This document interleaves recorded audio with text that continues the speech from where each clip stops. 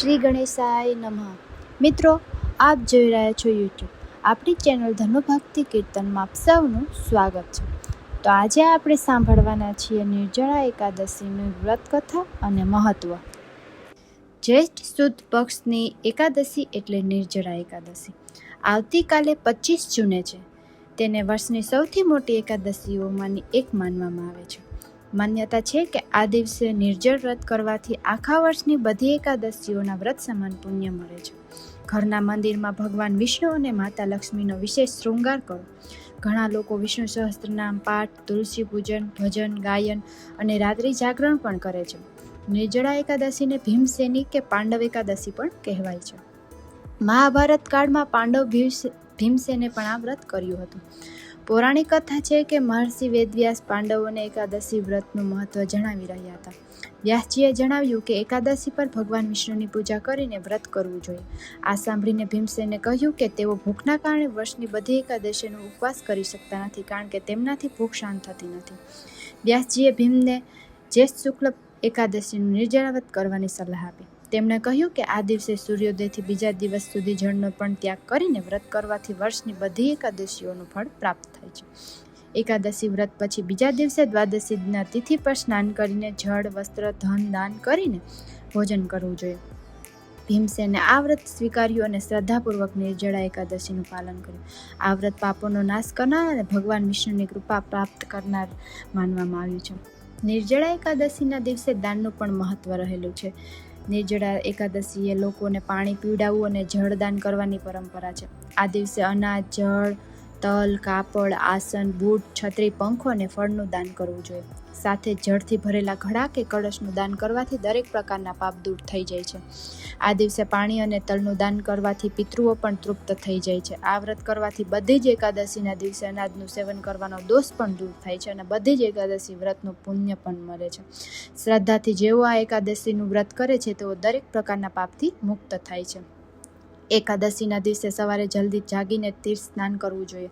એવું ન કરી શકો તો ઘરના પાણીમાં ગંગાજળ મિક્સ કરવું જોઈએ. તે પછી ભગવાન વિષ્ણુની પૂજા, દાન અને દિવસભર વ્રત રાખવાનો સંકલ્પ લેવો જોઈએ. આ વ્રતમાં એકાદશી તિથિના સૂર્યોદયથી બીજા દિવસ એટલે 12 તિથિના સૂર્યોદય સુધી પાણી પીવું જોઈએ નહીં અને ભોજન પણ કરવું જોઈએ નહીં. આ એકાદશી વ્રતમાં પીળા કપડાં પહેરીને પૂજા કરવામાં આવે છે. ઓમ નમો ભગવતી વાસુદેવાય મંત્ર બોલીને ભગવાન વિષ્ણુનો અભિષેક કરવામાં આવે છે. સાથે જ ભગવાન વિષ્ણુની પૂજામાં પીળા ફૂલ અને પીળી મીઠાઈ ખાસ કરીને સામેલ કરવામાં આવે છે. પછી શ્રદ્ધા અને ભક્તિ સાથે કથા સાંભળવામાં આવે છે. તે પછી પાણીથી કળશ ભરીને તેને સફેદ કપડાથી ઢાંકીને રાખો. તેના ઉપર ખાંડ અને દક્ષિણા રાખીને બ્રાહ્મણને દાન કરવામાં આવે છે. તો ચાલો હવે આપણે સાંભળીએ વ્રત કથા. યુધિષ્ઠિરે કહ્યું, હે કૃપાનિધિ, જેઠ મહિનાના શુક્લ પક્ષમાં જે એકાદશી આવે છે એનું મને મહાત્મ્ય જણાવો. શ્રી કૃષ્ણ બોલ્યા, હે રાજન, તેનું મહાત્મ્ય પરમ ધર્માત્મા વ્યાસજી કહેશે, કેમ કે તેઓ સર્વશાસ્ત્રોના તત્વજ્ઞ અને વેદાંતના વિદ્વાન છે. ત્યારે શ્રી વ્યાસજી કહેવા લાગ્યા, બંને પક્ષોની એકાદશીના દિવસે ભોજન ન કરવું જોઈએ. 12ના દિવસે સ્નાન કરીને પવિત્ર થઈને પુષ્પોથી ભગવાન કેશવની પૂજા કરવી જોઈએ. બ્રાહ્મણોને પ્રથમ ભોજન કરાવ્યા પછી જ પોતે ભોજન કરવું જોઈએ. આ સાંભળીને તરત જ ભીમ બોલ્યો, હે મુનિશ્રેષ્ઠ, મારી વાત સાંભળો. યુધિષ્ઠિર, માતા કુંતા, દ્રૌપદી, અર્જુન, નકુલ અને સહદેવ આ બધા એકાદશીના દિવસે ક્યારેય પણ ભોજન નથી કરતા, પણ મને તેઓ હંમેશા કહે છે કે ભીમસેન, તમે પણ એકાદશીના દિવસે ભોજન ન કરો. પરંતુ હું તેમને એટલું જ કહું છું કે મારાથી ભૂખ સહન થતી નથી. ભીમની વાત સાંભળીને વ્યાસજી કહેવા લાગ્યા, જો તમે સ્વર્ગલોકની પ્રાપ્તિ ઈચ્છતા હો તો તમારે બંને પક્ષની એકાદશીના દિવસે ભોજન ન કરવું, પણ આખો દિવસ નકોરડો ઉપવાસ કરવો, થોડો ફરાહાર પણ કરી શકાય. ભીમ તરત જ બોલી ઉઠ્યા, હે મુનીશ્વર, હું આપની સામે સત્ય બોલું છું. મારાથી એકવાર ખાઈને પણ ઉપવાસ કરી શકાતો નથી, તો પછી આખો દિવસ નકોરડો ઉપવાસ કરીને હું રહી કઈ રીતે શકું?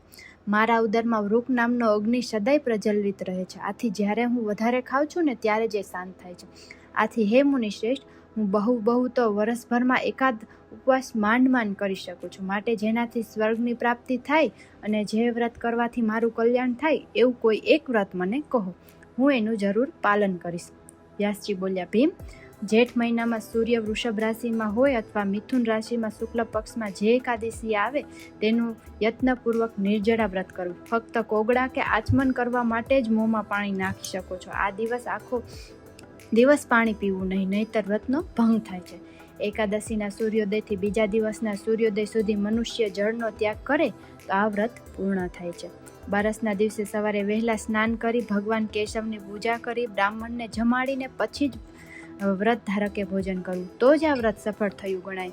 આ એક નિર્જળા એકાદશીનું વ્રત કરવાથી વર્ષભરની જેટલી એકાદશી આવે છે ને એ બધી કર્યાનું ફળ એક જ ઉપવાસમાં પ્રાપ્ત થાય છે.